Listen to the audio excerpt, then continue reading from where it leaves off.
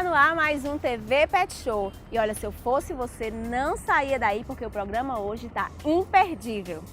A doutora Geice Rodrigues tira todas as nossas dúvidas sobre a leishmaniose. Temos uma entrevista com a Gabriela Moreira, da ONG Deixa Viver, falando sobre maus tratos e agressões aos animais. E a pedidos, nós vamos reprisar a matéria que fizemos com o Dr. Alisson Ximenes sobre termografia. E ainda tem Meu Pet é Lindo. Tudo isso é daqui a pouquinho, depois do intervalo.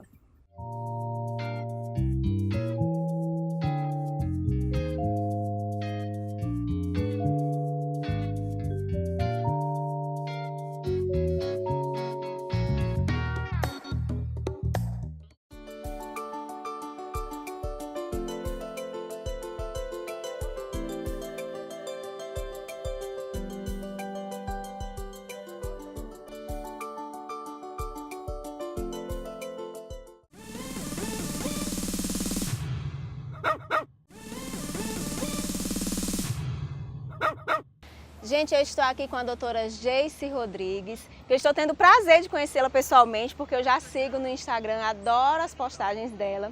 A doutora Geice é especializada em dermatologia, mas hoje ela vai atender um pedido especial aqui da TV Pet Show, né, doutora? Muita gente tem mandado mensagem pra gente, pedindo pra gente falar mais uma vez sobre a leishmaniose, que apesar de já ser um assunto bem recorrente, tem muita informação que nem eu e tem, acho que muita gente que nos assiste não sabe. Sim. Então, doutora, muito obrigada por atender a TV Pet Show. Eu gostaria que a senhora começasse falando o que é a leishmaniose. A leishmaniose é uma doença causada por um protozoário, né, que é a leishmania.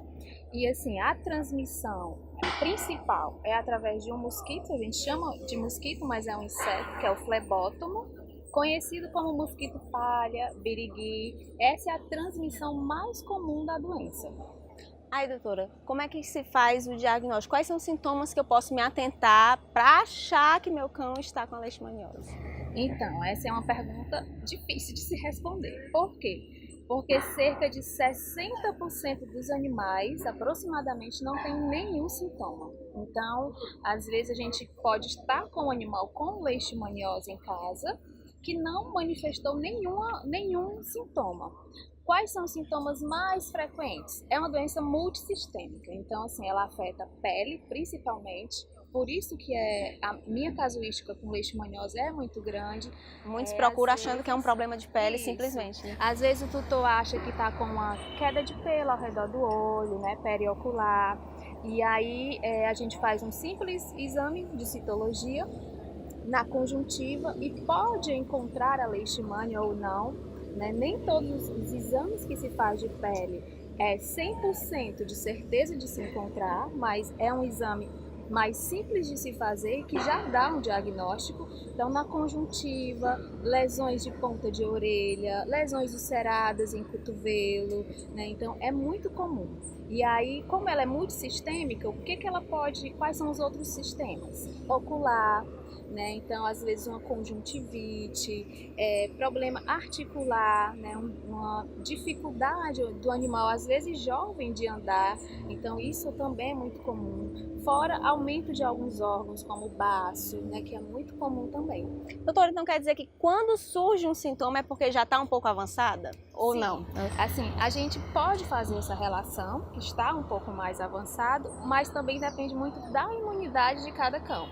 Tem cão que ele até consegue debelar, digamos, destruir essa leishmania. E aí os sintomas ficam latentes, né? Ficam guardadinhos ali no corpo do cachorro sem manifestar nada. Mas tem animais que a imunidade não é tão boa e aí pode manifestar até mais sintomas. Agora, uma curiosidade minha, que eu acho de muita gente, é só o mosquito, eu falo mosquito, mas é inseto, né? Pronto. Mas eu falo mosquito, é só o mosquito que transmite ou tem outra maneira de um cão? Outras maneiras. A mais comum é através do flebótomo, né? Que é o mosquitinho palha. Mas pode ser através de quê?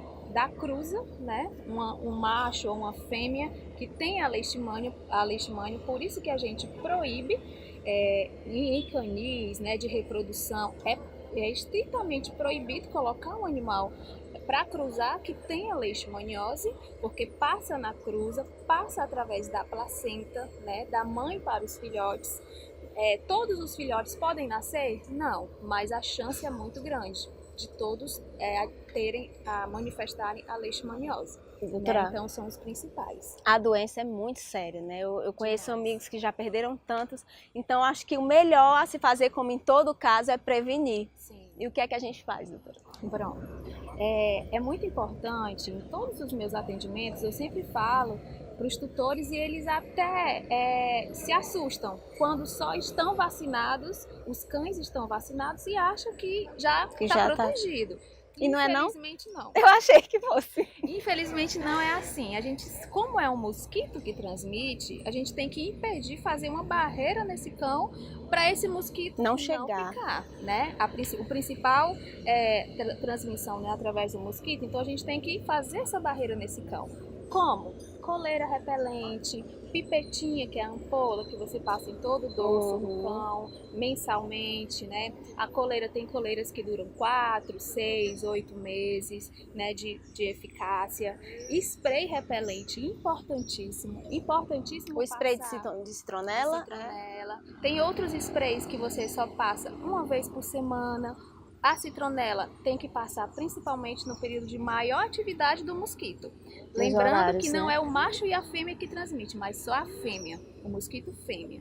Então, qual o horário? Final da tarde, começo da manhã, que é o horário de maior movimentação dos mosquitos para alimentação, né? A fêmea, principalmente. Doutora, e uma vez diagnosticado, hoje em dia a gente sabe que já tem o tratamento, Sim. Que é muito caro, né? Por isso que é bem melhor. Então, como é que funciona esse tratamento, doutora?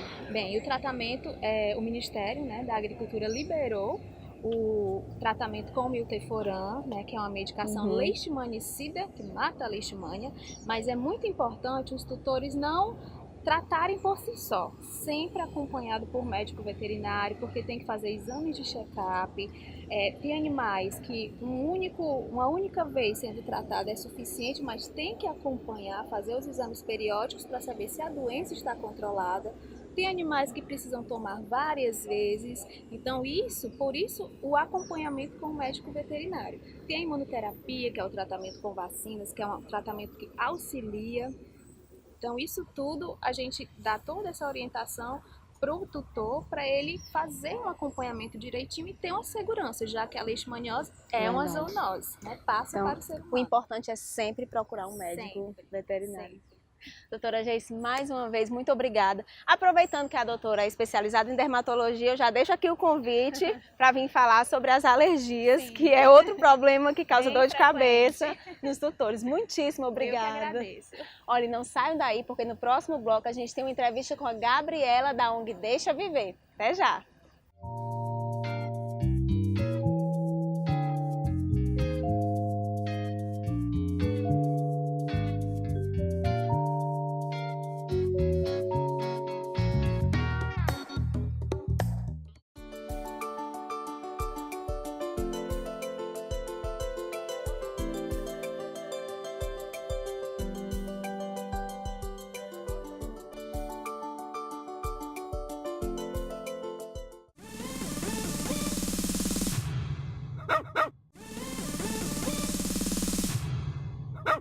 Gente, eu estou aqui com a Gabriela Moreira, que faz parte da ONG Deixa Viver. Eu acho que vocês já lembram, a Gabriela já esteve aqui com a gente. Ela faz um trabalho lindíssimo de castração, de resgate de animais. E assim, a gente recebeu muitas mensagens ultimamente da TV Pet Show que as pessoas estão falando que parece que o número de agressões, mesmo com todo esse trabalho de protetores, parece que o número de agressões e maus tratos estão aumentando. Por isso que a gente chamou a Gabriela aqui para vir falar. Infelizmente é um assunto triste, mas a gente tem que falar até para combater isso, Gabriela.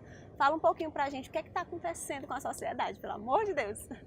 Infelizmente a gente registra um aumento significativo, né, nos maus tratos com animais, embora já exista a delegacia, né, de crimes especiais, que é a DPMA, funciona no complexo das delegacias. É uma delegacia que atende exclusivamente a crimes contra os animais e ao meio ambiente. Mesmo assim, com a punição, a lei sendo branda, mas a punição existe, a gente observa que o número de maus tratos aumenta, né? E atribui isso a uma sociedade cada vez mais egoísta, né? Pessoas praticando atos de covardia contra seres indefesos, sejam animais, crianças, idosos, né? E com os animais não tem sido diferente. realmente o volume de agressão tem aumentado bastante e, embora sejam denunciados, mas a gente não entende porque que as pessoas continuam praticando crueldade contra os animais. Gabriela, a gente acompanhou na rede social de vocês o caso de um senhor que vem matando. Eu não sei se ele ainda continua, né? Porque ele foi preso, mas já foi solto. A nossa lei parece que ainda não é tão severa assim com questão de animais. Fala um pouco desse caso pra gente, que acho que revoltou muita gente aqui. Sim, infelizmente, Catiuxa, ele continua matando. Ele foi preso em flagrante, até porque haviam animais silvestres na casa dele quando a polícia lá chegou. E ele foi preso por isso. Mas pagou uma fiança de um salário mínimo, né? E que é também o que a lei estabelece. E foi solto, mediante pagamento da fiança. Mas a gente entende que houve quebra da fiança, porque ele voltou e poucos dias depois os animais começaram a ser mortos da mesma maneira que vinham sendo, né? Ele inclusive anda com tesoura na bolsa e machuca os animais. Então, aí o que nós fizemos? Nós pegamos novos laudos, novas fotos, né? As imagens que tem lá, mas ele agora já sabe das câmeras e ele não vai mais para o mesmo local. Ele está fazendo isso pela lateral, uma rua da lateral. Mas os animais continuam aparecendo mortos. Nós vamos ao Ministério Público pedir pelo menos uma previsão preventiva dele. Alguém tem que parar isso, o que ele está fazendo. Ele precisa ser parado, porque ele não temeu a justiça. Ele voltou e continuou praticando os crimes. Como é que a gente pode denunciar? A gente vê uma situação, a gente fica até com medo de intervir, não sabe como é, porque uma pessoa que é ruim com os animais vai ser ruim com as pessoas, isso. né? Então como é que a gente faz para fazer a denúncia? É a Delegacia de Crimes Especiais. Ambiental, isso, que ela fica no complexo das delegacias, lá onde tem a Delegacia do Idoso, ali na Guanambi, e é ir lá e fazer a denúncia, e se munir do máximo de provas, né, de filmagens, depoimentos, e levar o que tiver em mãos, porque certamente o delegado vai apurar e vai chamar essa pessoa que está praticando crime na delegacia, ela vai responder por isso. Gente, eu estava contando para a Gabriela agora, quem me acompanha também sabe que eu tenho uma irmã que ela é protetora e ultimamente ela tinha um cachorro, um poodle, que é como se fosse um filho, 15 anos, contei para a Gabriela.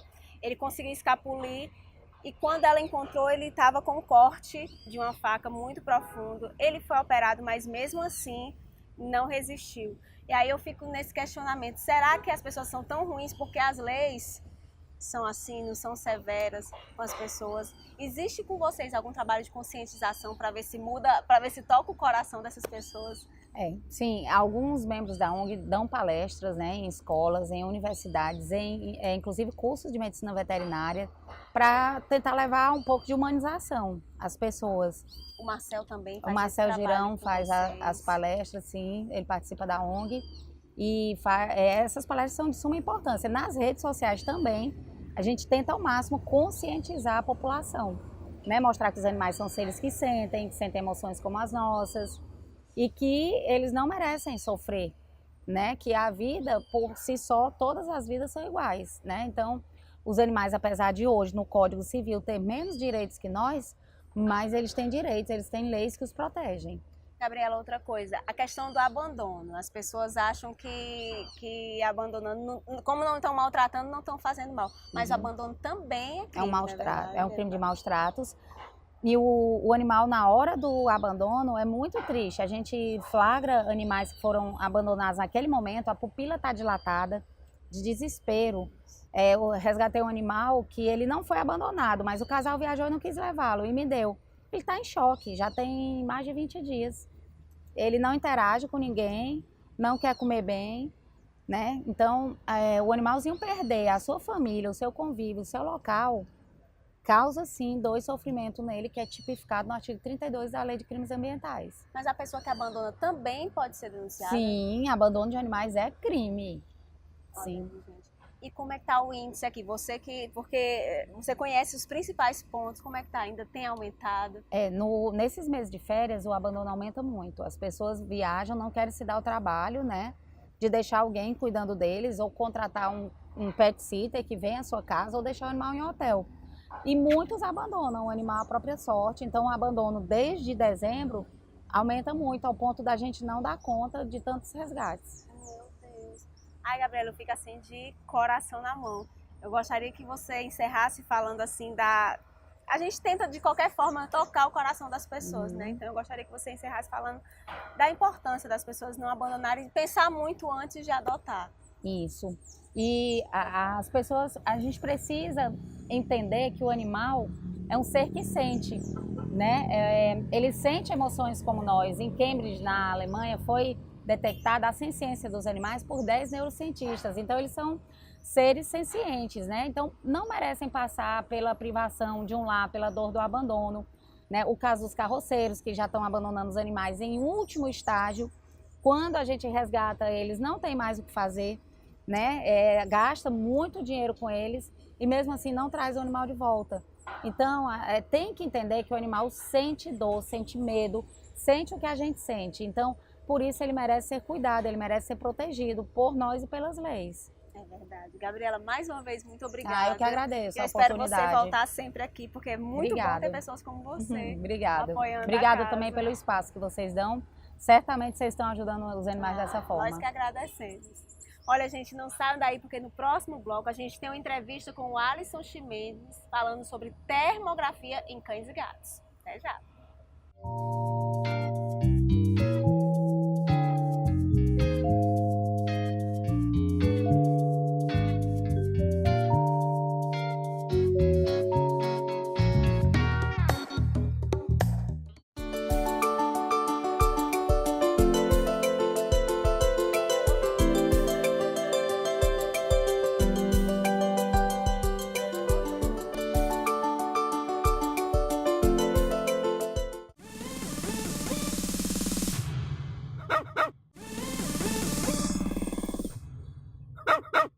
Gente, eu estou aqui com o Dr. Alisson Ximenes, médico veterinário, e não é a primeira vez que ele está aqui com a gente na TV Pet Show. A última vez nós falamos sobre células-tronco.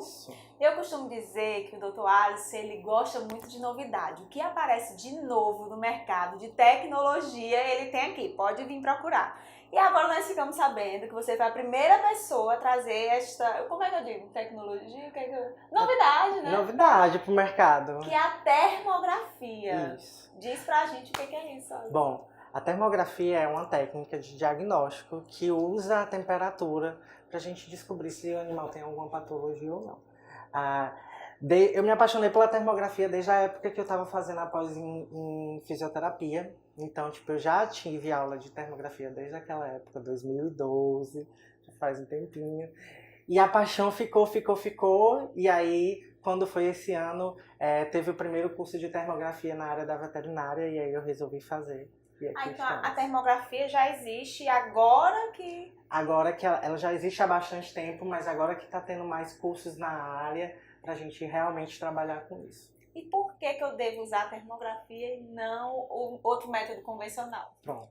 A termografia ela é um diagnóstico não invasivo, tá? Então a gente vai trabalhar com a termografia de uma forma não invasiva. Então eu não preciso anestesiar o animal, por exemplo, no caso de um raio-x, eu preciso às vezes anestesiar, se for um animal agitado, tá? Às vezes dependendo do animal, a gente consegue posicionar o animal de uma forma que o próprio proprietário consiga segurar, principalmente naqueles animais agressivos. Eu posso ir no ambiente do animal fazer o próprio exame termográfico. Então tem esses tipos de facilidade. Além de que, no raio-x a gente tem raios cancerígenos, a termografia a gente trabalha simplesmente com temperatura. Então a gente não vai ter problema também. Ela, além de ser não invasiva, ela é uma técnica rápida que a gente tem a imagem ali na hora. Né? A gente tem a imagem ali na hora. E eu uso hoje como um diagnóstico para os meus pacientes. Então muitas vezes os meus pacientes estão com dores e eu não vou submeter esse animal a um raio-x, que aí para botar na posição vai doer. Então eu faço a termografia e a partir da termografia eu me baseio para fazer o tratamento com fisioterapia ou acupuntura. O que me deixou bastante curiosa é que é desse tamanho, daí você faz o diagnóstico e você já tem o seu tratamento, eu achei incrível. Isso, essa é a termografia, a máquina termográfica que eu uso, tá? A gente vem e acopla no celular, tá? Tem outros modelos, esse é o modelo que eu uso. Olha tá? que lindo o celular dele. A gente acopla no celular, tá? E a partir disso eu tenho as imagens no meu próprio celular, tá? Que eu posso enviar para o computador e alterar. E aí a gente tem bastante imagem aqui de pacientes meus que a gente fez o diagnóstico de acordo com a termografia para eu me basear no tratamento. Mas é muito rápido, então. Muito rápido. Inclusive, eu vou fazer uma sua. Adoro! Mas todo paciente teu que chega aqui, tu já usa a termografia? Nem todos, tá? Alguns pacientes, como já vem com exames, algumas coisas, eu já vou, não faço a termografia, tá? Mas, por exemplo, gatos é difícil. A gente conseguir fazer um raio-x, a gente conseguir fazer um ultrassom, alguma outra coisa que possa, um ultrassom que eu falo, um ultrassom de ortopédico, né? Para avaliar ligamento, tá?